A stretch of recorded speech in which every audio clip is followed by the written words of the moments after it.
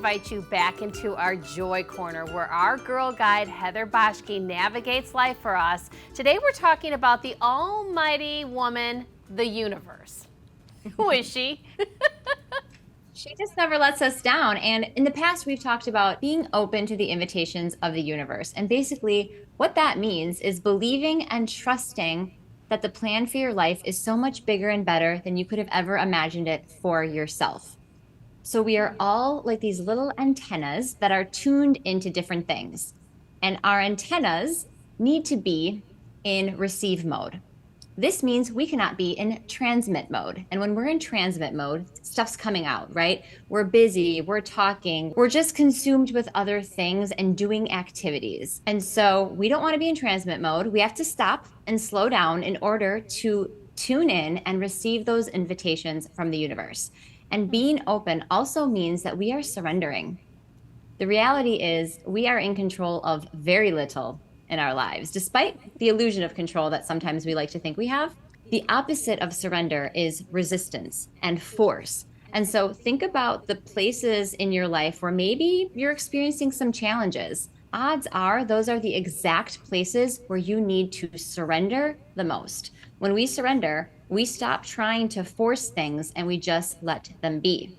And listening to the universe, this means that we're like flowing with the current, right? We're in a sailboat. We're flowing with the current of life, and it's living your life with open palms instead of closed fists. And you can physically feel that difference. So if you close your fist, you're cut off. It's forced. There's pressure. And when you open your palm, you can feel relaxed and you're open and you're free and you're literally ready to receive. I like that analogy of being a receiver and that I'm transmitting. I'm constantly throwing stuff out there and I'm not quiet enough to get it in return. That's a nice thought. So these invitations from the universe, what can they look like?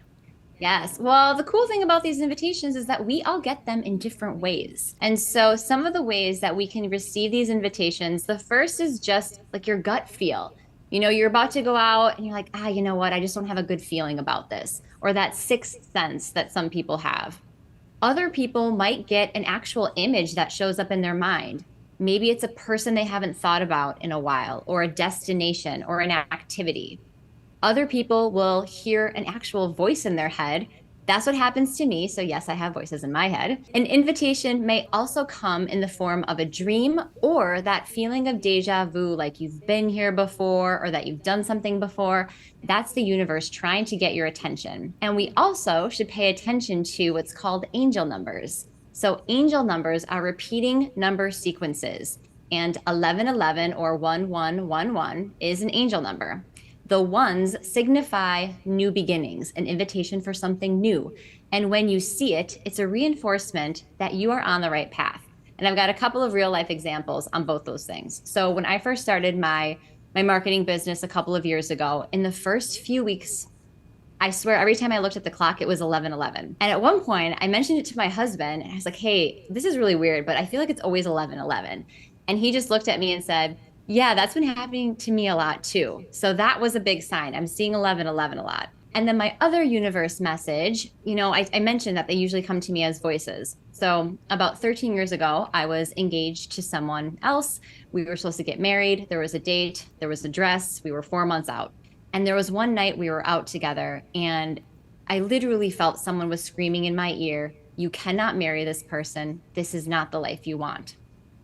The next day, I ended the relationship and the engagement, and that put me on a direct path to my husband.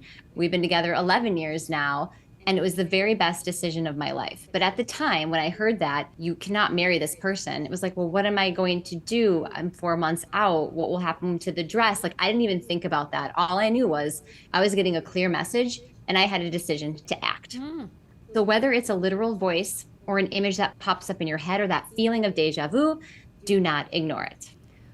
Girl, that requires an awful lot of trusting the universe, but I can see how the outcome, you know, it can be better than you could have even imagined for your own self. That's pretty incredible. Are there some ways that we can fine tune our antenna so that we can be open to receive these signs or voices? Yes.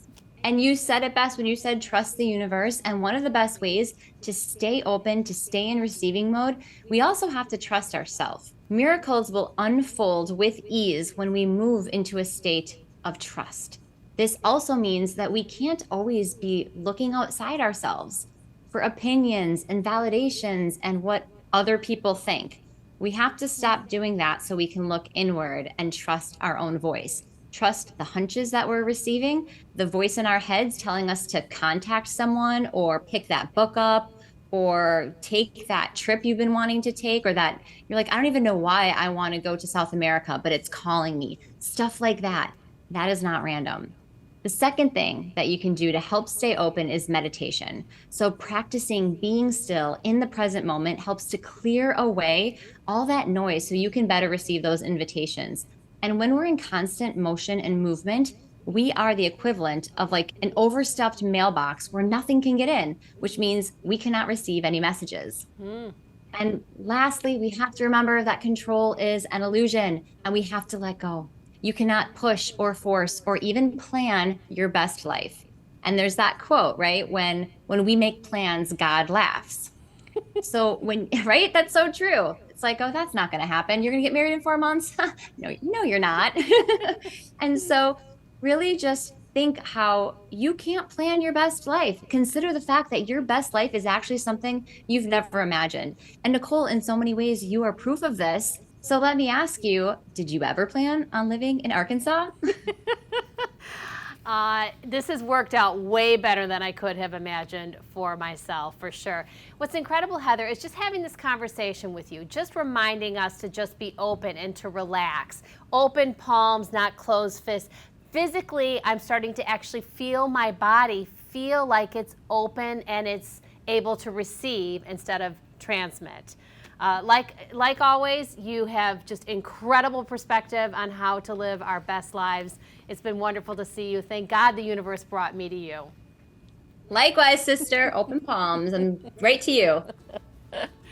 There you have it. Be open to the universe. She is quite grand and has big plans for you, so palms open.